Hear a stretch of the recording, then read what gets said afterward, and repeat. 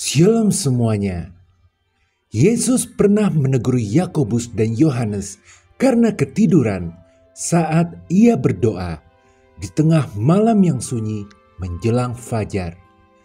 Bukan sekedar kisah, ini petunjuk rohani. Tahukah kamu, Alkitab menyimpan pola tersembunyi tentang waktu antara jam 3 sampai 5 pagi. Ini jelas bukan waktu biasa. Apa sebenarnya yang terjadi jika kamu bangun, berjaga-jaga, dan berdoa di jam 3 pagi? Mari kita bongkar rahasia ini. Yang sebenarnya terjadi, pertama, kamu sedang memasuki zona kuasa Yesus yang mengubah takdir. Saat dirimu terbangun di tengah malam yang pekat, pukul 3 pagi, tidak ada suara dunia, tidak ada gangguan. Sadarilah itu, waktu di mana zona hadirat Tuhan turun dari surga.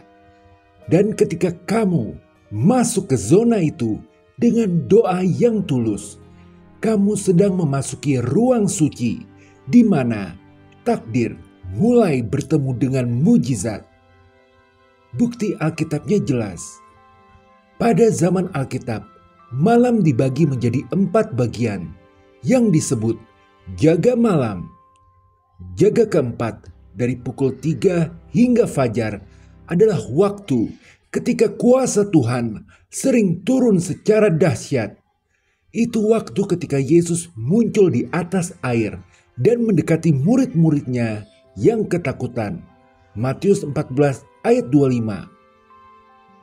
Kira-kira jam 3 malam, datanglah Yesus kepada mereka berjalan di atas air. Perhatikan bahwa Yesus tidak datang saat mereka tenang.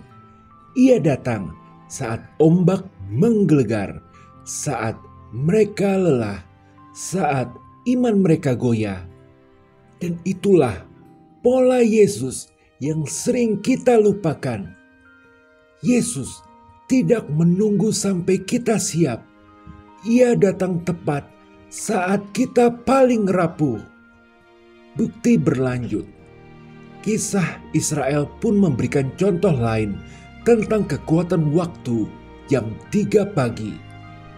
Dan pada waktu jaga pagi, tepat sebelum fajar, Tuhan memandang tentara Mesir dari tiang api dan awan. Lalu ia mengacaukan pasukan mereka. Keluaran 14 ayat 24 sampai 25. Itu adalah saat momen Israel di ujung tanduk. Sudah terdesak banget di tepi Laut Merah. Musuh di belakang, laut di depan. Tapi Tuhan menunggu momen itu. Momen yang hampir mustahil. Dan ia membuat jalan di tengah air. Inilah yang akan sering terjadi saat kita bangun pagi-pagi sekali untuk berdoa. Tuhan tidak datang setelah kita selesai berdoa. Ia sudah hadir sebelum fajar menyingsing. Sesungguhnya ada sesuatu yang sakral tentang jam 3 pagi karena ia berada di titik transisi spiritual, yakni saat kegelapan masih menguasai, tapi terang mulai menjelma. Dan dalam konteks inilah, saat kegelapan menguasai, terang menjelma, Yesaya mendengar firman Tuhan yang berkata, "Lihat, aku hendak melakukan sesuatu yang baru. Sekarang hal itu mulai tumbuh. Tidakkah engkau melihatnya?" Yesaya 43 ayat 19. Disitulah Tuhan bekerja, bukan di siang hari saat semua orang melihat, tapi di saat-saat tergelap sebelum terang. Dan jika kamu memilih untuk bangun pada jam ini dan berdoa seperti Elia atau Paulus, maka kamu sedang memasuki zona hadirat Tuhan. Zona di mana dinding dosa penghambat hidup runtuh, rantai pengikat kemajuan hidup patah, dan takdir mulai berbelok ke arah mujizat. Jam 3 pagi bukan hanya angka di layar jam. Ia adalah kesempatan untuk bertemu dengan Dia yang menciptakan waktu. Dan bagi siapapun yang mau memasukinya dengan hati yang taat, inilah janji Yesus. Aku tidak akan menunda pembebasanmu. Aku akan datang padamu, bukan saat kamu merasa hebat, tapi saat kamu merasa hancur. Yang kedua, kamu sedang mencuri waktu dari kegelapan untuk menggagalkan strategi iblis.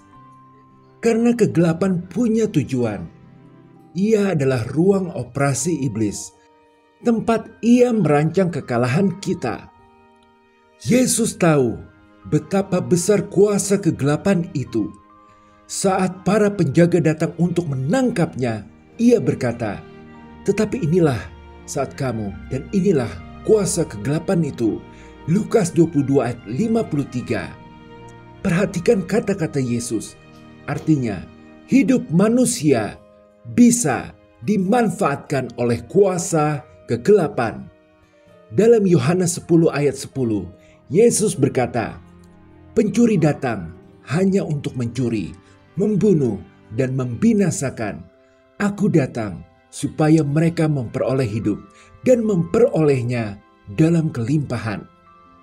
Ucapan ini mengungkapkan sesuatu yang mendalam. Di setiap waktu ada dua kemungkinan tujuan. Satu milik musuh, satu lagi milik Yesus. Maka sekarang artinya ketika kamu memilih untuk bangun di pukul 3 pagi dan berdoa, kamu sedang melakukan tindakan yang disengaja untuk menolak agenda iblis terjadi di dalam hidupmu dan menggantinya dengan agenda Yesus.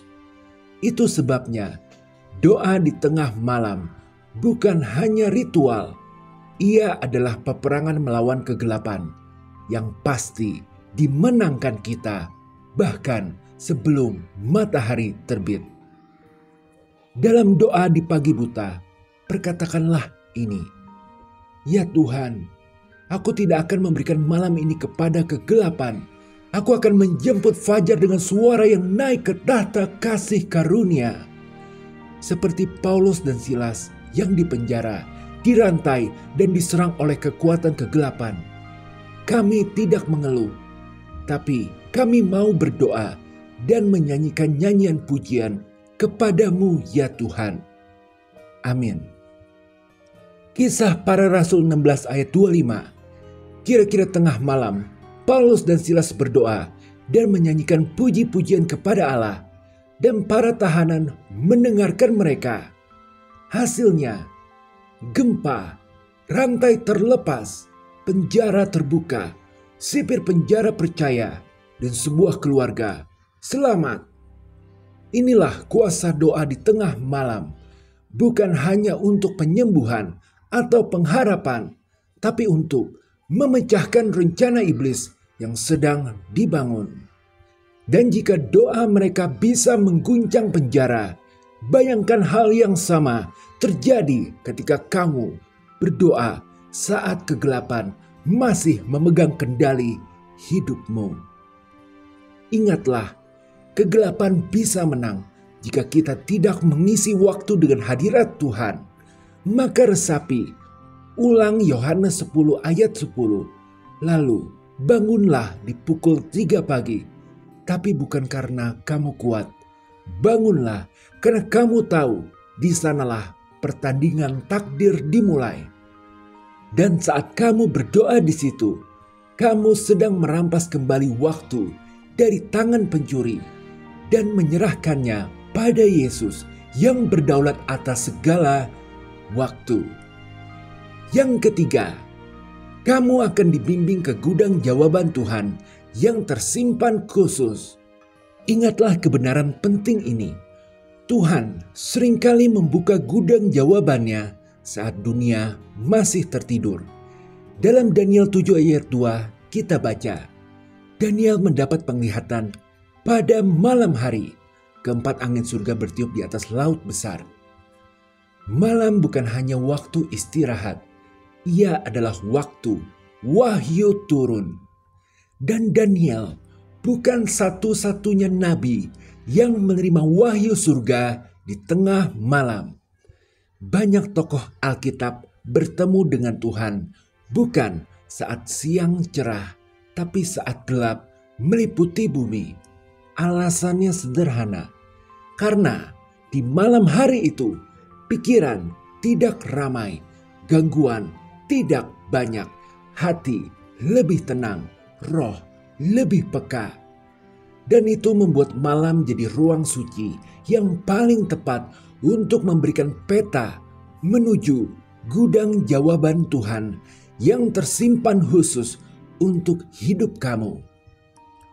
Bangun pagi-pagi sekali bukan hanya soal kedisiplinan, itu adalah soal kesadaran bahwa ada sesuatu yang harus kita tangkap sebelum orang lain sadar akan adanya itu. Ini adalah pola yang sama yang dihidupi Yesus, di mana dia bangun pagi-pagi sekali untuk berdoa. Markus 1 ayat 35. Dan dari waktu itulah ia menerima arahan ilahi, dan dari waktu itu ia keluar dengan kuasa surgawi. Jadi, jika kamu bangun jam 3 pagi dan memilih untuk tidak kembali tidur, tetapi berdoa, membaca firman, atau mencari hadiratnya, maka kamu sedang melakukan sesuatu yang sangat penting. Kamu membuka hati untuk menerima hikmat yang disediakan khusus bagi mereka yang datang lebih awal. Kamu sedang dibimbing masuk menuju gudang jawaban Tuhan yang tersimpan khusus untuk persoalan hidup kamu, di mana Tuhan berkata, "Engkau datang tepat waktu. Aku sudah menunggumu. Ada hal yang ingin kuungkapkan padamu." Haleluya. Amin. Sebagai pengingat, jam 3 pagi bukan hanya angka di layar jam. Ia adalah salah satu waktu terpenting dalam sehari, terutama bagi mereka yang percaya bahwa Tuhan tidak hanya bekerja saat kita siap, tapi saat kita bersedia masuk ke zona yang jarang dikunjungi orang. Yesus berjalan di atas air saat murid-muridnya putus asa. Tuhan mengacaukan pasukan Firaun tepat sebelum fajar. Paulus dan Silas dibebaskan saat malam masih gelap. Dan kini, kamu mungkin bangun di waktu yang sama, bukan karena kebetulan, tapi karena undangan. Bagi kamu yang harus bekerja di malam hari, ingatlah ini, bukan soal jam, tapi hati yang berserah. Entah kamu berdoa pukul 3 pagi atau sepulang kerja saat fajar. Kamu tidak bangun untuk sendirian. Kamu bangun untuk bertemu Dia yang telah menantimu. Dan dalam kesunyian itu, Tuhan berkata, "Aku sedang membuka gudang jawabanku. Masuklah, terimalah, dan lihatlah bagaimana aku ubah takdirmu dari ruang doa yang sunyi ini." Haleluya. Amin. Jika berkenan, berikanlah like, share, subscribe, serta komen. Tuhan Yesus memberkati.